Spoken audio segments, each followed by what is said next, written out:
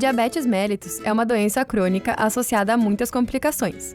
Estima-se que haja 16 milhões de brasileiros com diabetes, sendo que sua taxa de incidência cresceu 61,8% nos últimos 10 anos. Além disso, sabe-se que muitos pacientes diabéticos têm outras doenças associadas, e a hipertensão arterial sistêmica é a principal delas. Percebe-se assim que ela é uma doença muito presente no nosso dia a dia. Se você não tem a doença, com certeza conhece alguém que a tenha. Por isso, precisamos falar sobre ela. Você sabe o que é diabetes mellitus? Diabetes mellitus é uma doença caracterizada por altos níveis de açúcar no sangue, chamada de hiperglicemia.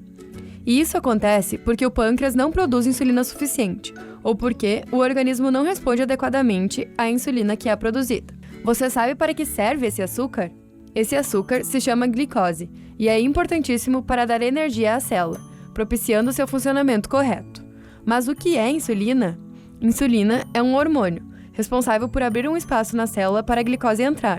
Então, sem a insulina, a glicose não entra na célula, não conseguindo realizar a sua ação.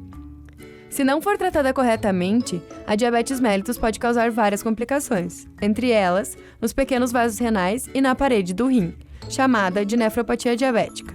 Você sabe o que isso significa? Então vamos explicar. Imagine que você é um pescador e que a sua rede de pesca representa os seus rins. Ela faz a seleção dos elementos que conseguem ou não passar por ela, assim como os rins têm a função de capturar componentes como a albumina, uma proteína do nosso corpo. Isso é chamado de filtração glomerular. Quando os rins estão doentes, eles perdem gradualmente a capacidade de filtração e a albumina e outros componentes como aminoácidos, sais minerais e vitaminas que deveriam ser capturados são diretamente eliminados na urina. Ao contrário disso, substâncias nocivas que deveriam ser eliminadas são acumuladas, gerando dano à parede renal. Primeiro, alguns peixes começam a passar pela rede, a chamada microalbuminúria. Com o passar do tempo, há um dano ainda maior na rede e uma maior quantia de peixes começa a passar, o que é chamado de macroalbuminúria. Além disso, quando a rede fica muito tempo exposta, acontece uma infestação de corais no tramado da rede, diminuindo sua flexibilidade e, consequentemente, comprometendo a capacidade de captação dos peixes. Isso, no nosso rim, é chamado de esclerose. Quando, após tantos danos sofridos pelo aumento da glicose e da pressão arterial, o rim tenta cicatrizar e acaba endurecendo. Ou seja, é como se sua rede tivesse várias falhas e não funcionasse tão bem como antes. Assim, vários peixes acabam passando diretamente por ela. Após essas manifestações, há uma consequente diminuição da taxa de filtração glomerular.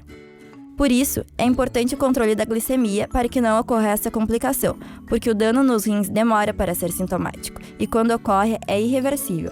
Em estágio mais avançado, a nefropatia diabética causa uma urina espumosa, urina escurecida, boca constantemente seca, aumento da sede, edema, que é quando a pessoa se sente inchada, cãibra, como se fosse um formigamento nas extremidades, e pensando em uma evolução ainda mais séria, pode haver a parada de funcionamento total do rim, sendo as únicas opções de tratamento a diálise ou o transplante. O aumento da pressão arterial também pode causar danos aos seus rins, ou seja, à sua rede. A hipertensão arterial está presente na maioria dos casos de nefropatia diabética. Manter uma pressão controlada é muito importante para manter o funcionamento dos seus rins. Pense que a sua rede já está danificada e que mesmo em águas calmas você não está conseguindo pescar direito. Agora, imagine como será sua pescaria se a água estiver agitada e violenta. Sua rede será ainda mais danificada. E é assim que funciona essa relação.